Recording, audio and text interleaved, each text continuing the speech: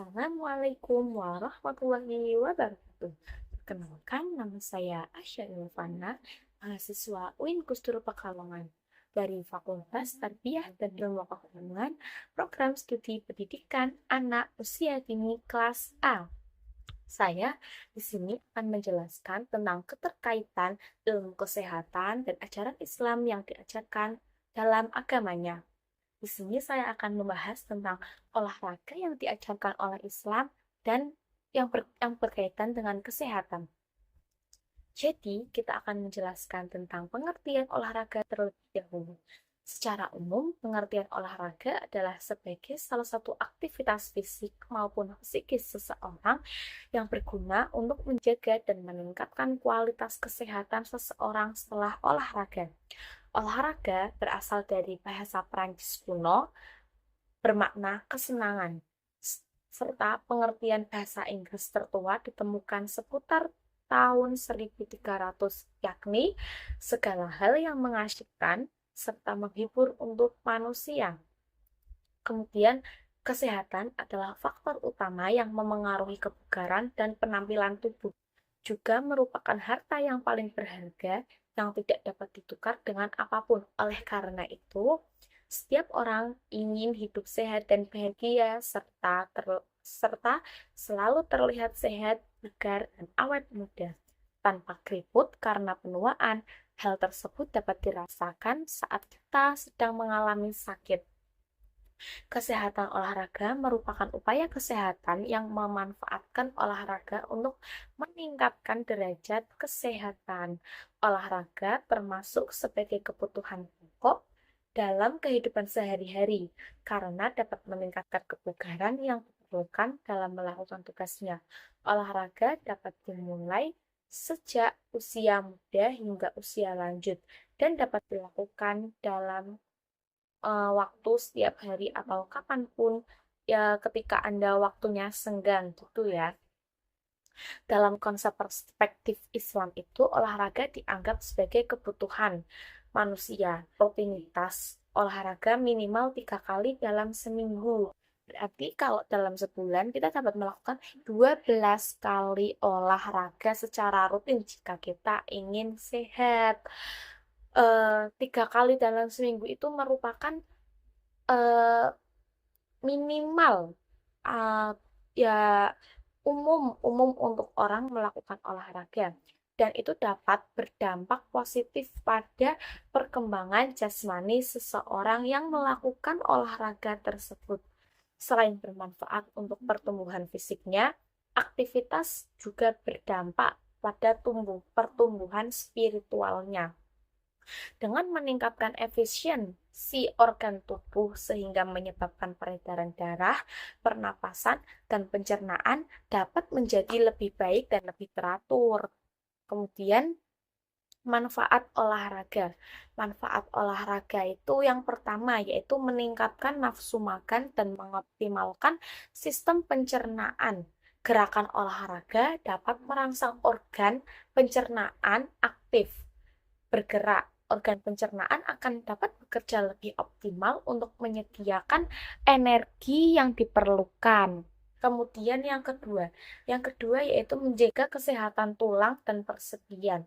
Olahraga bisa menjaga kesehatan tulang dan persendian. Aktivitas fisik mampu meningkatkan produksi cairan dalam persendian sehingga bermanfaat untuk melumasi persendian. Yang ketiga yaitu memperlancar peredaran darah.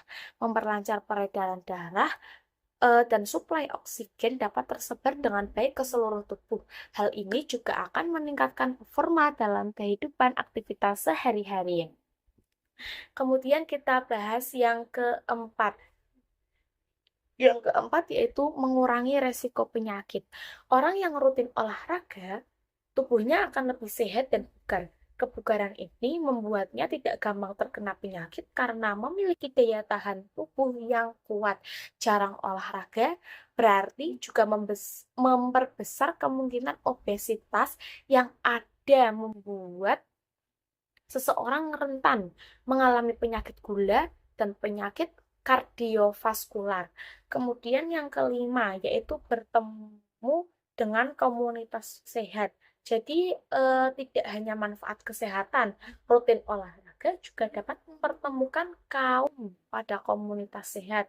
Membangun sehat bisa membuat seseorang menjadi tambah semangat, tambah influence positif, sehingga hidup lebih bermanfaat dan berkualitas.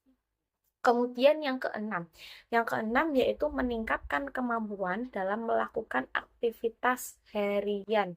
Tubuh yang bugar karena aktivitas fisik yang rutin dapat meningkatkan kemampuan dalam melakukan aktivitas hariannya.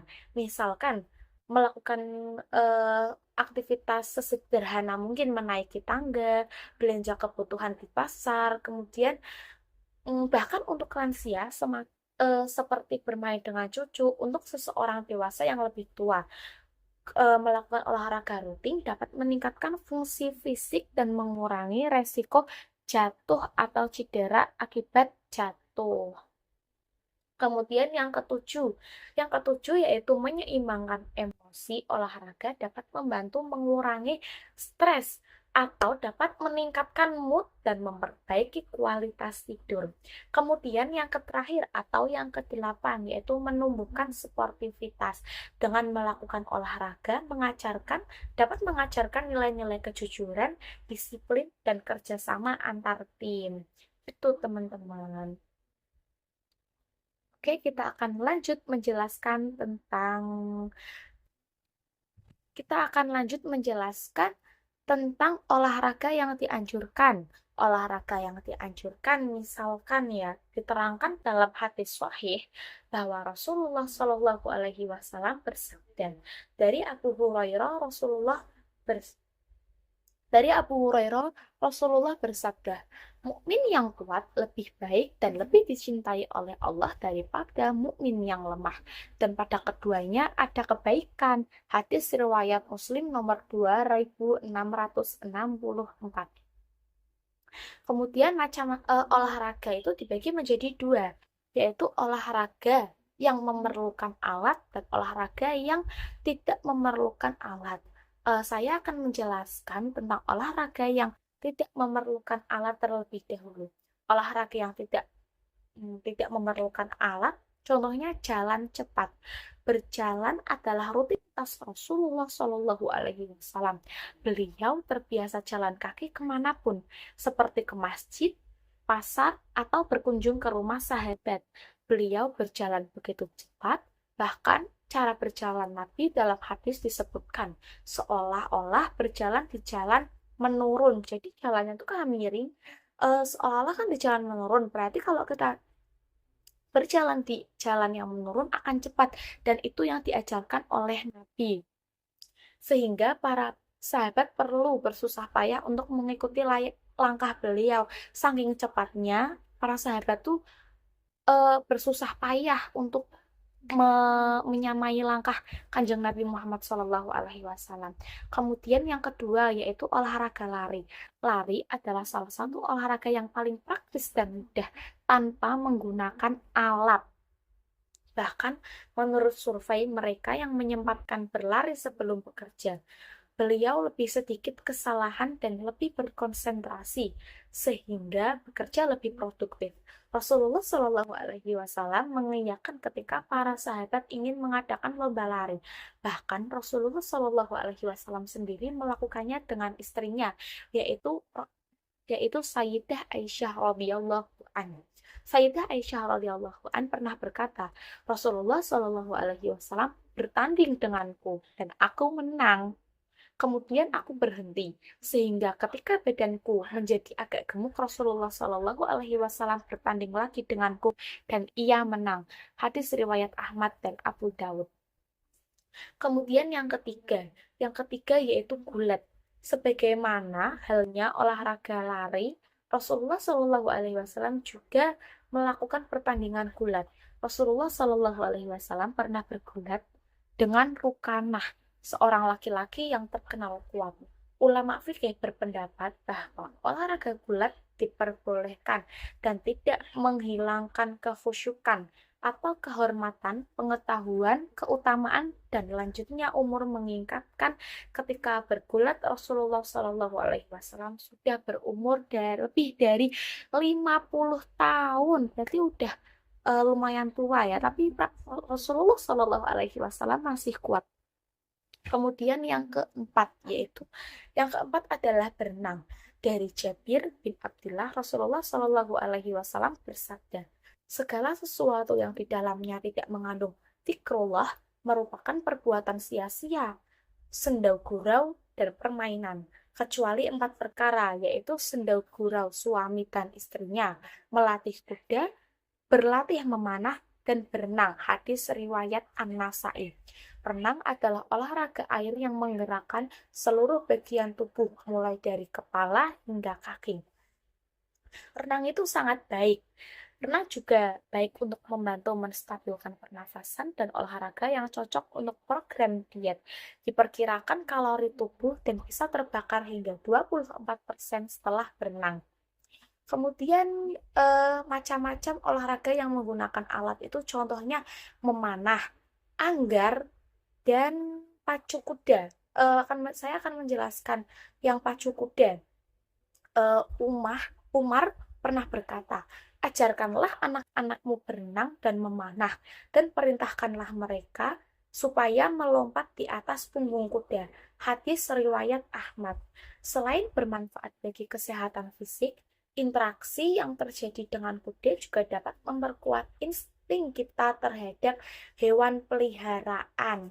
Itu ya teman-teman, kesimpulannya olahraga adalah sebagai salah satu aktivitas fisik maupun psikis seseorang yang berguna untuk menjaga dan meningkatkan kualitas kesehatan seseorang setelah olahraga. Islam memandang olahraga sebagai aktivitas yang positif dan bermanfaat, asalkan dilakukan dengan niat yang baik dan sesuai dengan syariat. Islam dapat menganjurkan umatnya untuk menjaga kesehatan tubuh, dan olahraga adalah salah satu cara yang efektif untuk mencapai tujuan tersebut. Hadis riwayat Nabi Muhammad SAW setelah secara jelas menyebutkan pentingnya menjaga kesehatan fisik. Selain aspek kesehatan, olahraga juga dipandang sebagai bentuk ibadah, karena dengan tubuh yang sehat kita dapat menjalankan ibadah dengan yang baik.